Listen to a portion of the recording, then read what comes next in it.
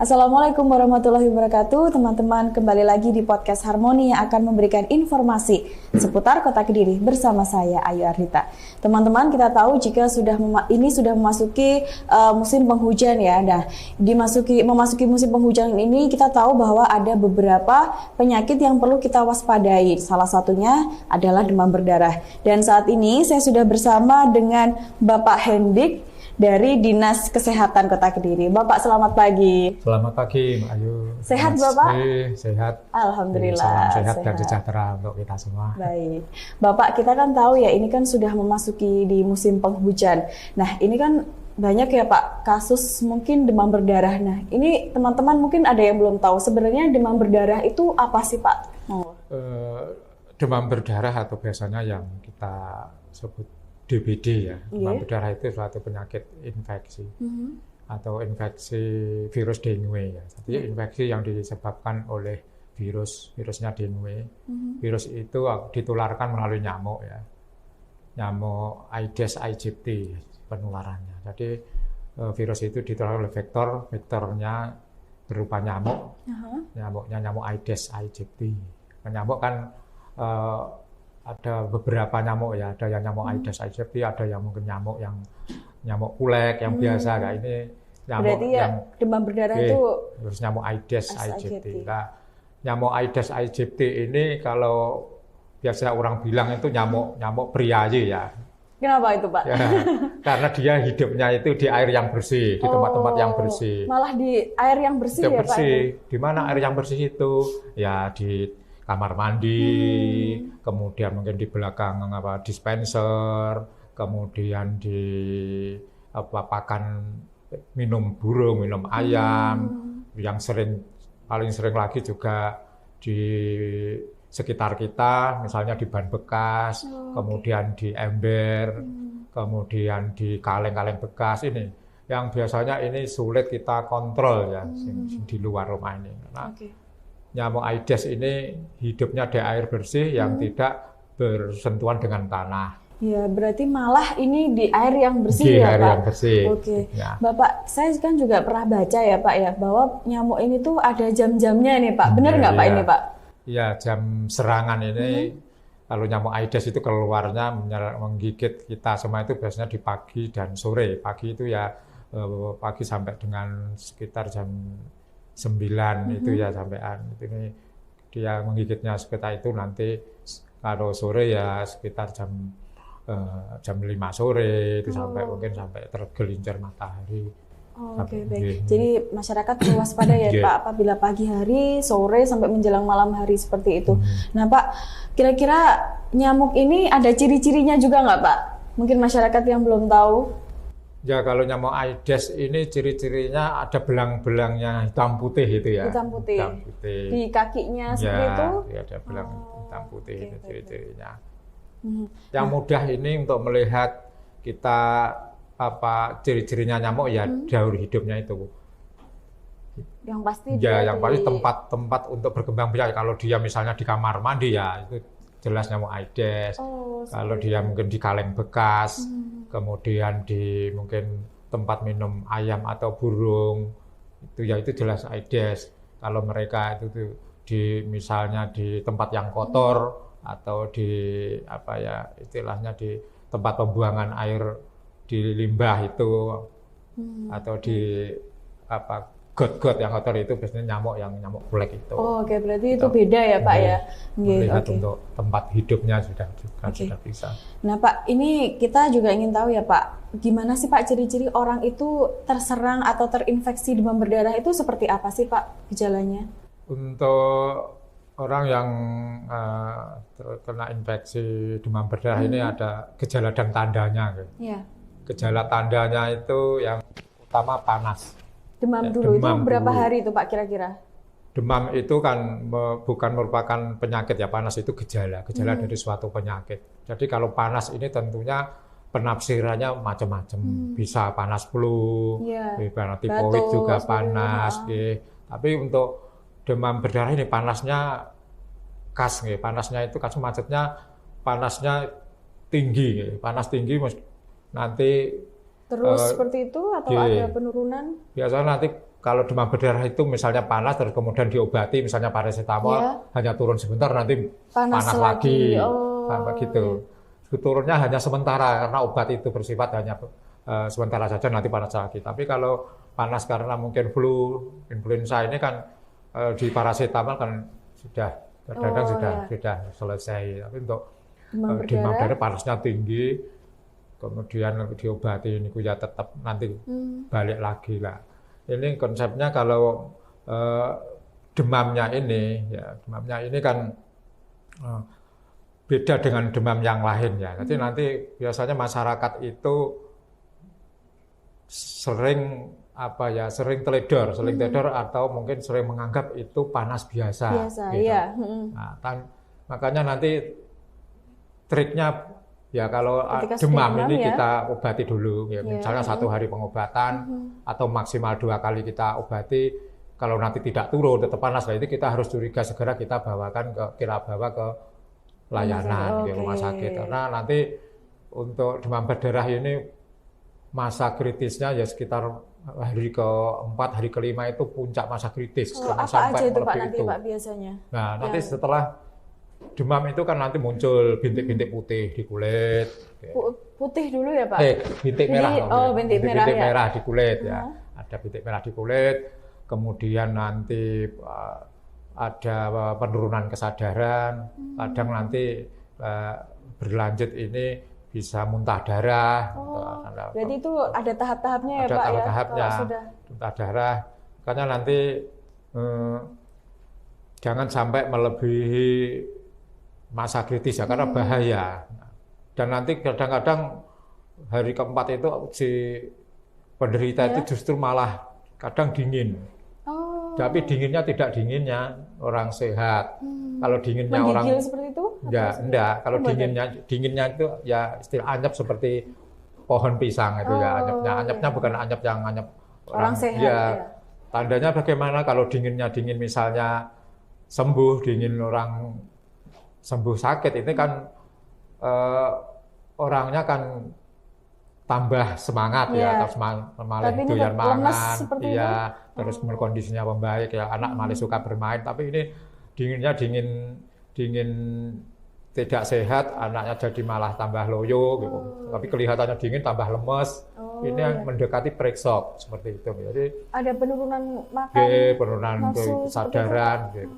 Dingin tapi keadaannya semakin tidak baik. Lah ini kita harus curiga ke sana, harus segera dibawa ke rumah sakit karena kebanyakan kasus-kasus yang menjadi parah, bahkan kasus DBD yang meninggal ini dikarenakan terlambat untuk membawa ke layanan. Yaitu biasanya dianggap sakit flu, sakit biasa. Panas biasa. Ya, apalagi musim penghujan ya Pak, biasanya kan flu seperti itu. Akhirnya hari ke-4, ke-5 ini puncaknya baru dibawa ke layanan ya ke layanan tetap nanti diusahakan, cuma nanti kan prospeknya tidak sebagus yang lebih awal kita bawa ke layanan. Nah, Bapak, kira-kira kalau misalkan ini pasien tidak segera mendapatkan penanganan, apakah bisa menyebabkan penyakit yang lain seperti itu, Pak? Ya itu kalau tidak segera dibawa ke layanan kan nanti akhirnya kan kondisinya semakin turun, bisa presok dan sebagainya, sehingga nanti otomatis kalau sudah presok kesadaran menurun, sana langsung di rumah sakit ke ICU ya tempatnya karena harus intensif untuk perawatannya. Dan itu juga nanti kan virus itu yang diserang kan juga liver dan sebagainya. Ya kan itu bisa kalau penyakitnya lebih parah dan sebagainya nanti ya bisa menyerang ke yang lain. Makanya seperti itu ya Pak. Harus segera mendapat pertolongan. Berarti pesan juga untuk masyarakat apabila ada keluarga mungkin yang sakit demam seperti itu 1 hari atau 2 hari harus segera diperiksakan ya Pak. 2 hari dari panas pertama mungkin di awal-awal kita obati dengan paracetamol atau diturunkan. Kalau nanti tetap tidak turun dari naik lagi, makanya segera kita bawa ke. Berarti ada yang perlu diperhatikan lagi ya Pak. Ada bintik-bintik di kulit. Biasanya di tangan, di kaki atau di mana Pak? Di tangan yang sering ya. Apalagi sampai mimisen itu ya. Baik. Iya. Nah, Pak, apa sih Pak yang perlu kita lakukan? Mungkin pencegahan nih Pak, agar kita tidak terinfeksi ini demam berdarah ini. Kalau pencegahan ya seperti prinsip penyakit yang lain di Dinas Kesehatan ini kan upaya preventif itu lebih baik daripada upaya kuratif. Ya, artinya kita jangan mencegah penyakit sebelum menjadi yang lebih parah, belum sakit kita cegah. Pencegahnya bagaimana ya? Salah satu pencegahan yang paling efektif dan efisien ya PSN, berantasan sarang nyamuk demam berdarah. Jadi untuk konsepnya seseorang itu bisa tertular demam berdarah itu ada dua konsep. Yang pertama harus ada nyamuknya, nyamuk Aedes gitu. Ini banyak orang yang belum berpikir ke sana ya. Yang sekarang itu yang pertama harus ada nyamuknya, vektornya itu. Yang kedua harus ada penderitanya. Jadi kalau kedua-duanya itu salah satu tidak ada ya tidak akan terjadi penularan. Misalnya di tempat ini misalnya banyak nyamuk, nyamuk Aedes banyak di lingkungannya itu juga banyak nyamuk Aedes. Tapi kalau di sini tidak ada penderita, tidak ada orang yang misalnya mengandung virus dengue, meskipun panjenengan digigit 10 kali, 15 kali ya tidak akan terjadi demam berdarah. Karena lagi banyak orang ketakutan begitu ada nyamuk itu takut minta fogging dan sebagainya. Nah itu seperti apa tuh Pak sebenarnya? Boleh nggak Pak? Apa kalau misalkan ada yang satu kena terus kita segera minta fogging itu gimana Pak? Ya fogging itu kan bukan upaya pencegahan. Fogging itu upaya pengendalian. Artinya fogging itu dilaksanakan apabila ada penderita. Karena fogging itu tujuannya untuk membunuh nyamuk dewasa saja, terutama dewasa yang mengandung virus. Karena meskipun di fogging, kalau tidak dilakukan PSN, gitu, nyamuknya yang dewasa itu mungkin mati, tapi kan jentiknya kan banyak. Setiap hari bisa ribuan jentik yang jadi nyamuk. Kan tetap banyak terus. Jadi kita juga belum perhatikan kebersihan seperti itu ya Pak ya. Belum lagi efek dari fogging ini kan mencemari lingkungan, mencemari tanah, kemudian di kesehatan juga baik, di pernapasan, kemudian mengakibatkan penyakit-penyakit lain karena itu insektisida. Melanjutkan yang tadi ya. Tadi ada dua konsep tadi belum selesai. Yang satu harus ada nyamuknya.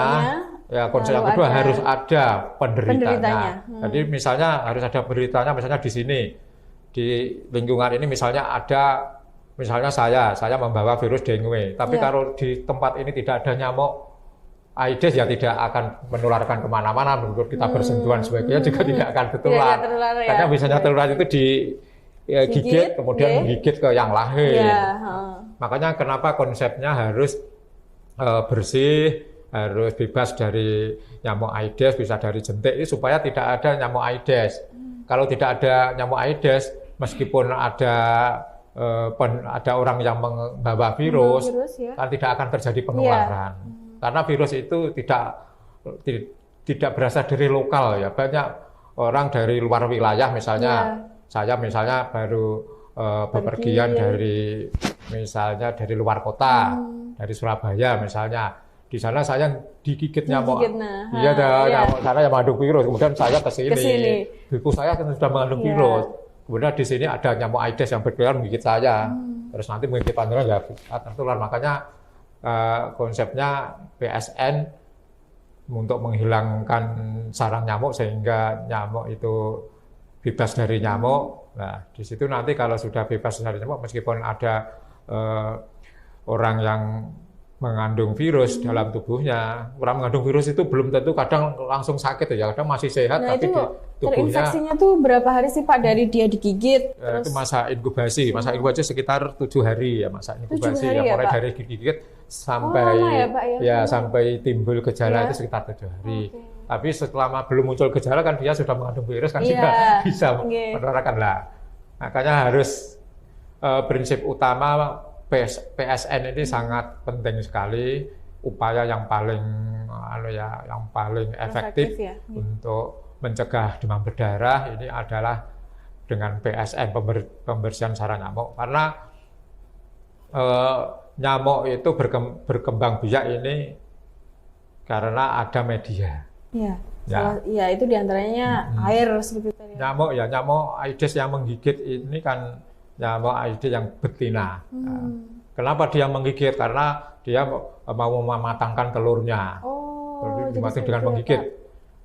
Sehingga mereka nyamuk Aedes ini terbang nanti pasti mencari tempat yang ada airnya. Gitu. Dia berhenti itu pasti mencari sarang untuk bertelur nanti. Dan nanti menggigit juga tidak jauh-jauh dari tempat bersarangnya, dari situ. Tidak mungkin dia misalnya tempat di sini menggigitnya di jauh gitu, ya, payah ya. Nanti tidak bisa kembali, lupa ya. Lupa tempatnya. Jadi kalau misalkan di rumah, misalkan di kamar mandi, terus sebelahnya ada kamar seperti itu, nah itu bisa dari situ ya Pak ya? Yang paling terdekat, tidak mungkin dia terbang jauh-jauh, nanti dari situ nanti menggigit lagi, kembali lagi di situ. Baik. Paling tempat yang paling nyaman untuk bertelur dan juga dia juga nanti terbangnya tidak jauh-jauh dari sekitar itu. Dan yang paling sulit ya kita kontrol, kadang kita kesampingkan. Ini justru tempat-tempat yang berada di lingkungan kita. Contohnya nih Pak. Ya, kalau di rumah, misalnya di kamar mandi itu kan kita tahu, setiap hari di kamar mandi pasti tahu kalau itu ada jentik nyamuk, biasanya kita buang atau kita kuras. Tapi kalau di belakang rumah kita, di lingkungan kita, misalnya ada ban bekas, kemudian ada kaleng, kita kan kadang-kadang masyarakat tidak peduli ya. Acuh ya, Pak. Ya, padahal disitulah tempat-tempat yang nyaman, nyamuk tidak akan terganggu di situ. Berarti ini perlu diperhatikan sama masyarakat ya Pak. Makanya kenapa kasus demam berdarah itu selalu meningkat pada di musim penghujan. Karena di situ banyak air, terutama air di lingkungan, gitu. Kalau bulan-bulan biasa, misalnya bulan April, Mei, Juni sampai dengan akhir tahun ini kasusnya hanya 1-2 sedikit, gitu. Tapi begitu menginjak musim penghujan, misalnya bulan November, Desember itu biasanya mulai penghujan. Itu kasusnya juga mulai naik, puncaknya Januari, Februari biasanya. Nah, ini kan bisa dipastikan bahwa setiap ada curah hujan, ada air banyak ya di situ kasus juga tinggi. Ada kaitannya antara musim penghujan, antara air dengan terjadinya kasus demam berdarah. Dan untuk tahun ini kelihatannya tidak sama tahun-tahun sebelumnya, karena kalau tahun ini kan hujannya masih molor ya. Hujannya biasanya ini baru Februari ini baru hujan. Biasanya November ini sudah mulai musim penghujan, tapi ini kemarin baru Januari. Makanya kasus pun juga mengikuti yang biasanya itu November itu sudah mulai ada peningkatan kasus. Ini aman-aman adanya baru ada kasus kemarin mulai bulan Januari. Ini pun Januari ini masih ada 8 kasus. 8 kasus yang biasanya tahun kemarin sama-sama bulan Januari itu kemarin 18. Oh, banyak ya Pak. Ya, mungkin ini, karena hujannya juga mungkin nanti ya kemungkinan ya mudah-mudahan tidak ya.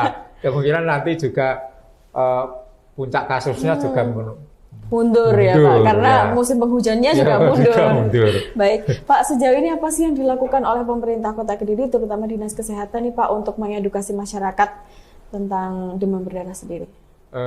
Kita sudah melakukan upaya-upaya ya, mulai sebelum penghujan kemarin, mulai November, Desember ini teman-teman di Puskesmas ini juga sudah melakukan gerakan-gerakan melibatkan masyarakat, BSN di masyarakat, kemudian juga edukasi ledang keliling. Kemarin kita juga sudah mengadakan ledang besar-besaran dari Dinas Kesehatan hari Jumat kemarin ya, hari Jumat kemarin kita juga mengadakan ledang keliling yang diikuti oleh seluruh puskesmas sekota Kediri. Kita keliling di seluruh wilayah ya, wilayah Kota Kediri, ledang, kemudian juga orasi di alun-alun membagikan brosur dan sebagainya, kemudian edukasi di situ. Harapan kami dengan ledang edukasi dan sebagainya ini mengingatkan kepada masyarakat bahwa musim penghujan mulai tiba, mulai lebih waspada. Sebetulnya mestinya ya PSN itu sepanjang tahun, sepanjang tapi tahun. Di musim penghujan ini tentu lebih hati-hati lagi ya Pak. Menjelang musim penghujan ini yang lebih ekstrim, karena nanti musim penghujan pasti ada peningkatan kasus dan nyamuk itu juga perkembangannya sangat pesat di musim penghujan. Ya. Oke, Bapak terakhir mungkin ada pesan untuk masyarakat Kota Kediri tentunya untuk pencegahan penyakit demam berdarah. Pesan kami dari Dinas Kesehatan, marilah kita bersama-sama untuk melakukan gerakan serentak pemberantasan sarang nyamuk demam berdarah, karena terkait dengan pemberantasan sarang nyamuk demam berdarah ini kan Dinas Kesehatan tidak bisa bekerja sendiri tanpa bantuan seluruh masyarakat di Kota Kediri, dan bantuan dari para kader, Pak Lurah, Pak Camat, kita bersama-sama ya Pak, untuk melakukan PSN. PSN ini nanti harus kita lakukan ini yang PSN yang bermutu. PSN bermutu ini yang pertama bersifat ini gerakan yang serentak. Jadi harus bersama-sama. Karena kalau tidak bersama-sama, misalnya di sini dilakukan, di sana tidak, nanti nyamuknya akan lari ke sana. Tapi kalau bersama-sama kan nanti bisa tuntas. Kemudian PSN ini harus berkesinambungan. Berkesinambungan ini artinya terus-menerus. Terus-menerus, karena nyamuk ini juga hidup juga terus-menerus, sehingga kita PSN juga terus-menerus tidak berhenti di tengah jalan, harus berkesinambungan. Itu saja Pak mungkin yang ingin disampaikan oleh masyarakat, dan tentunya kita mengajak semua masyarakat ya Pak untuk memperhatikan lingkungan sekitar, menjaga kebersihan seperti itu ya Pak ya, dan agar kita terhindar dari demam berdarah sendiri. Baik Bapak Hendrik, terima kasih atas waktu dan jawaban yang telah diberikan, dan saya Ayu Ardita beserta kru yang bertugas mohon pamit undur diri, dan wassalamualaikum warahmatullahi wabarakatuh.